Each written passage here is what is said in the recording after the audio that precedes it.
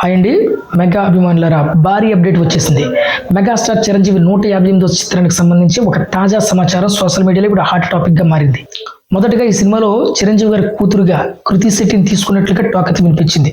తర్వాత సారా అర్జున్ పేర్లు కూడా వినిపించాయి. కానీ ఇప్పుడు తాజా అప్డేట్ ప్రకారం ఆ రోల్ కోసం ఇప్పుడు ప్రీతి ముకుందన్ ఖరారు చేసినట్లుగా సమాచారం. ఈ చిత్రం యాక్షన్ అడ్వెంచర్ నేపథ్యంలో తెరకెక్కుతుందట. కథలో మెగాస్టార్ ఒక పవర్ఫుల్ గ్యాంగ్స్టర్ పాత్రలో కనిపించబోతున్నారట.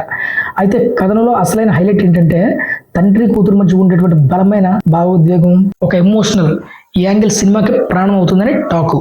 ఈ పాత్రను ప్రీతికి ఇవ్వడం మనకు ఒక ప్రత్యేకమైన కారణం కూడా ఉందట.